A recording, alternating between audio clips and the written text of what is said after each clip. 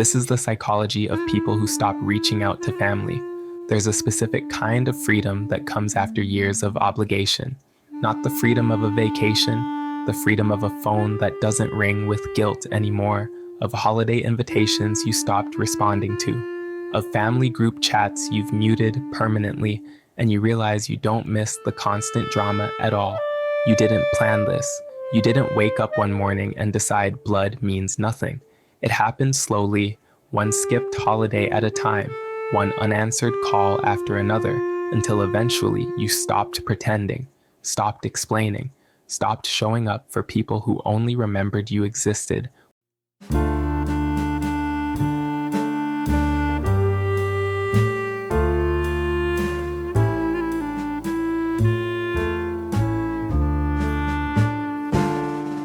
Maybe you recognize this. Maybe you are this, the ungrateful one, the one who turned their back on family, the one who doesn't come home anymore, the one relatives whisper about at gatherings you're no longer invited to. But here's what they don't see. You were already gone long before you stopped showing up.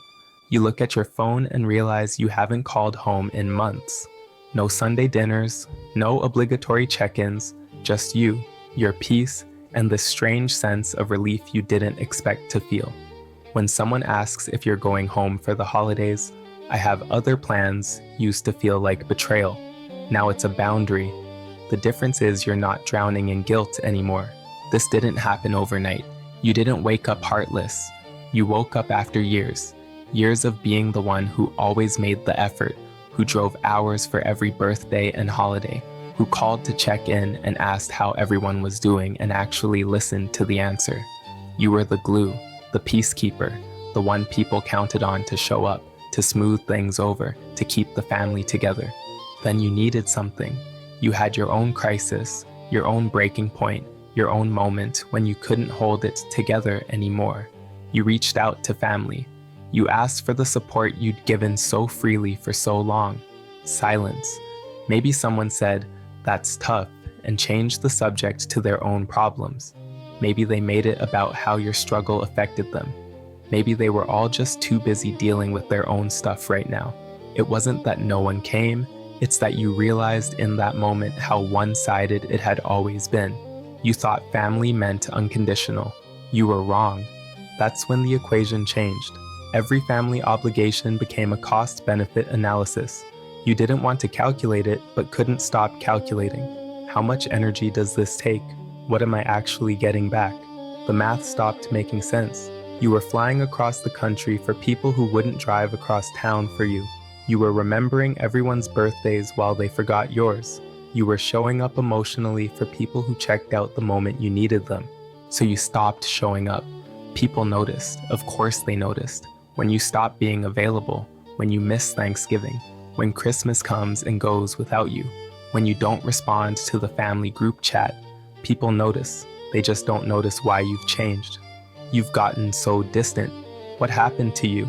Family is supposed to be there for each other. They say it like an accusation, like you owe them the version of yourself that was slowly suffocating under the weight of their dysfunction. They want the old you back, the one who came when called, who kept the peace, who absorbed everyone's chaos without complaint. They don't realize the old you couldn't survive. Your nervous system figured something out before your conscious mind did. It learned a pattern. Every time you went home, every time you answered that call, every time you showed up with your whole heart, you'd leave feeling worse, smaller, criticized, dismissed, reminded of every way you weren't good enough or were too much. The parent who turned every conversation into a lecture about what you should be doing differently. The sibling who only reached out when they needed money or free therapy. The aunt who had opinions about your weight, your job, your relationship status.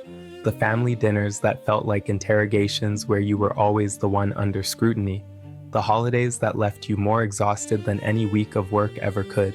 Your brain started seeing the ending in the beginning. You'd think about calling home and your chest would tighten. You'd see their name on your phone and feel dread instead of warmth. You'd force yourself to show up for holidays and spend the entire time counting the hours until you could leave. It wasn't love, it was obligation dressed up in the language of family. So you started controlling the one variable you could control, your presence. If every visit left you feeling worse about yourself, you'd stop visiting. If every phone call drained you, you'd stop answering. Disappointment hurts less when you're the one who creates the distance. At least this way you saw it coming. People call it abandoning your family. You call it self-preservation. It's not dramatic. There's no big fight, no final confrontation where you list every hurt and betrayal. It's quieter than that. It's not booking a flight home for the holidays. It's saying you can't make it to the reunion without offering an excuse they can debate. It's letting calls go to voicemail and texts go unanswered.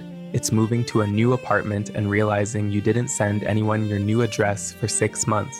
It's the slow fade, or sometimes it's the clean break. Either way, you're gone. The truth nobody tells you, being related doesn't mean being connected. You can share a last name and be complete strangers. You can grow up in the same house and never truly know each other. The family you were born into was never actually a place where you belonged. Some people think you hate your family. The reality is more complicated than that. You're exhausted. Hate requires energy, requires caring enough to hold on to the anger. You're past that. You're not fighting anymore. You're just done. They want answers. They want the conversation where you explain why you don't come around anymore, where you detail every hurt so they can defend themselves or minimize or tell you you're being too sensitive. But that conversation would require explaining yourself to people who've spent your entire life not listening. It would mean reopening wounds that finally stopped bleeding. So you give them nothing. Let them tell themselves whatever story they need, that you changed, that you got too good for them, that you were always difficult. You're not reading their version of events anymore. Here's the part that surprises you. It doesn't hurt like you thought it would. The holidays spent with friends instead of family. The birthday that passes without the obligatory calls. The crisis you handle alone because there's no one to call home to. You expected it to feel devastating. Instead, it just feels quiet. Quiet became your favorite sound. This pattern didn't start in adulthood. Somewhere back in childhood, you learned that family doesn't equal safety. Maybe you grew up in a house where love came with conditions you could never quite meet. Maybe you had a parent who was there physically, but absent emotionally, who provided food and shelter but never saw you. Maybe you were the scapegoat, the one who got blamed when anything went wrong, whose accomplishments were minimized and whose mistakes were magnified. Or maybe you were the parentified child, forced to be the adult, the emotional caretaker for parents who should have been taking care of you. You learned to manage everyone else's feelings while yours didn't matter. You became fluent in reading moods, predicting reactions, making yourself small to keep the peace. Maybe it was subtler than that. Maybe your family just never understood you. You were the artist in a family of engineers, the quiet one in a family of extroverts, the sensitive one in a family that mistook emotional awareness for weakness. You learned early that being yourself wasn't acceptable, so you learned to perform, to be whoever they needed you to be, until you couldn't anymore. Those early experiences didn't just hurt you. Your brain, still forming, still trying to understand the world, absorbed a fundamental lesson. Family is where you first learn that love is conditional, that your worth depends on your usefulness, that connection requires you to shrink yourself, that speaking up means being shut down, that your feelings are inconvenient. So your nervous system adapted. It built walls before you even knew what you were protecting yourself from. You became independent, not because you wanted to be, but because you had to be. Self-sufficient, not as a strength, but as survival. You learned to need no one because needing family meant getting hurt. You learned to expect nothing because expecting support meant disappointment. You became the kid who stopped asking for help with homework because the size and impatience hurt worse than struggling alone. Who stopped sharing your achievements because they'd either be dismissed or turned into a lecture about how you could have done better. Who stopped crying because emotional displays made people uncomfortable or angry. Who learned to celebrate quietly, grieve privately, exist small. Those early relationships became your blueprint. They drew the map of what family means, what you can expect when you're blood related to someone. Every holiday that followed just confirmed the lesson. Eventually, they'll criticize you. Eventually, they'll compare you to someone else. Eventually, they'll need you for something but won't be there when you need them. Your brain wired itself around this truth. Family became obligation. Blood became burden. Home became the place you escaped from, not the place you returned to. So when you stopped reaching out, you weren't being cruel. You were being consistent with everything your life had taught you about what family actually means. The accusations sting anyway. You've abandoned us. You've turned your back on your own family. Blood is thicker than water. We raised you. Like you haven't tried. Like you haven't spent decades attempting to earn their approval, to finally be enough, to somehow become the version of yourself they could love without conditions. Like you haven't shown up to every holiday forcing a smile. Like you haven't bitten your tongue through 1,000 criticisms. Like you haven't apologized for things that weren't your fault just to keep the peace. Like you haven't given chance after chance after chance, hoping this time would be different. It never was. You remember the specific moments, the achievement you were proud of that got a "that's nice," while your sibling's lesser achievement got a celebration. The time you called crying and got told to stop being so dramatic. The crisis where you needed someone and they said, "We all have problems," and made it about themselves. You remember showing up to their emergencies, dropping everything when they called, canceling your plans to help with theirs, being the reliable one, the one they could count on. Then when you needed them, suddenly everyone had excuses. "I'm dealing with my own stuff. I don't know what to say. Can we talk about this later?" All different words for the same message. You're on your own. So you stopped trying. Not because you're broken, because you finally started listening to what your nervous system has been screaming at you for years. This costs too much. The price of staying connected to family. The criticism, the guilt, the one-sidedness, the emotional labor, the constant feeling of not being enough is higher than what you're getting in return. You started doing the math. How many times have you called them versus them calling you? How many times have they shown up for your important moments versus you showing up for theirs? How many conversations have been about their problems versus yours? The data was devastating. You weren't in a family. You were in a performance contract where you did all the performing. People don't understand why you choose distance over dysfunction. They don't see that for you, distance isn't rejection, it's protection. It's the one space where you can't be criticized because you're not there to hear it. It's the one place where you can't disappoint them because you're not around to fall short of their expectations. It's not about hating your family. It's about protecting the part of yourself that's still capable of peace by refusing to spend it in spaces that only bring chaos. You know the pattern of being needed but not valued, useful but not appreciated, present but not seen. You've watched this pattern repeat your entire life. Now, you just cut it short. At the first sign, the first criticism disguised as concern, the first time someone makes you feel small, you pull back. Not dramatically, just quietly. Stop answering as quickly. Stop volunteering information. Stop showing up. See if they notice. They rarely do. That tells you everything you need to know. So you leave first. Not with anger, not with a manifesto, just with the quiet knowing that you've been here your entire life and you already know how it ends. You've lived this story long enough to know it doesn't change. The same dynamics, the same roles, the same pain, just in different contexts. Some people say you've given up on family. They're wrong. You gave up on pretending that shared DNA equals unconditional love. You gave up on relationships where you have to constantly prove your worth. You gave up on explaining yourself to people who decided who you were decades ago and refused to see anyone different. You're not the problem. The problem is that for years you accepted crumbs and called it family. You accepted being the afterthought and told yourself at least they remembered you existed. You accepted love that came with a list of requirements and convinced yourself that's just how family works. You normalized dysfunction, tolerated disrespect, excused behavior you'd never accept from a friend, all because they're family. Until one day you couldn't anymore. Stopping reaching out to family isn't giving up on connection. It's refusing to settle for the toxic version you've been handed your entire life. It's saying, If this is what family is, if this constant criticism, this one-sided effort, this conditional acceptance, this weaponized guilt, then I'd rather be alone. People call you cold. You're not cold. You're just done bleeding for people who share your blood but never treated you like you mattered. You're done performing emotional labor for relationships that only work when you're doing all the work. You're done being the one who cares more, tries harder, forgives endlessly, keeps coming back. They say you've built walls. You built boundaries. There's a difference. Walls keep everyone out indiscriminately. Boundaries keep harmful people out and give healthy people, if they ever show up, a chance to matter.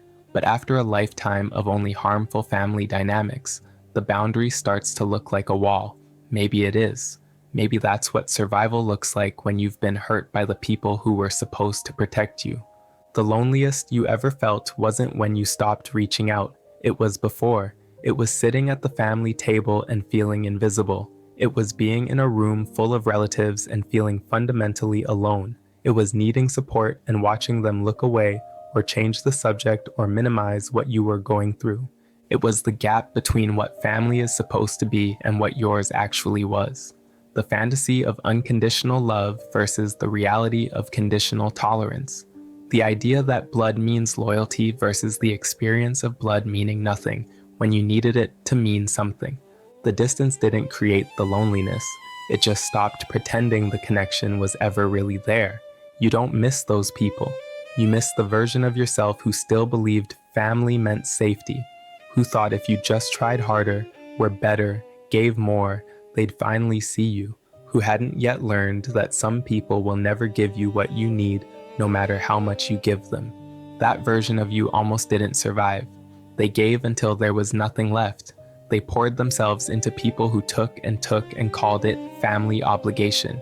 They nearly drowned trying to earn love that should have been freely given. You saved yourself by leaving. People see it as turning your back. You know it's turning towards yourself, toward peace, toward the kind of quiet that doesn't come from loneliness but from finally choosing yourself, toward a life where you're not constantly bracing for the next criticism, toward mornings where you don't wake up dreading the obligatory call home. Maybe one day you'll try again. Maybe someone in your family will genuinely change. Maybe you'll find chosen family who shows up without you having to beg them to see you. Maybe you'll learn that family doesn't have to mean what yours meant. Maybe. But right now, you're protecting what's left. You're keeping that small flame of self-worth alive by refusing to let them extinguish it again. Because the next holiday, where you feel invisible, might be the one that kills it completely. And then you'd have nothing left. Not even the possibility of healing. Stopping reaching out to family isn't the absence of love. It's the presence of self-preservation. It's your nervous system finally saying enough guilt, enough performing, enough accepting crumbs and calling it family, enough shrinking yourself to fit into roles they assigned you before you could even speak. You're not cold, you're not broken, you're not the ungrateful child they tell everyone you are. You're not the villain in their story. No matter what they say about you at gatherings you're no longer at to defend yourself. You're just someone who learned the hard way that being related doesn't guarantee being loved. Someone who chose peace over proximity. Someone who finally stopped waiting for family to show up and started showing up for yourself. They'll say you abandoned your family like it's unforgivable, like if you just tried harder, forgave more, were less sensitive, came home more often, things would be different. Let them say it. You know the truth. You tried. You forgave. You showed up. You did everything they said family is supposed to do. And it still wasn't enough. The problem wasn't your effort. It was that you were giving it to people who mistook your loyalty for weakness and your absence for betrayal, when really it was just survival. You're not running from anything.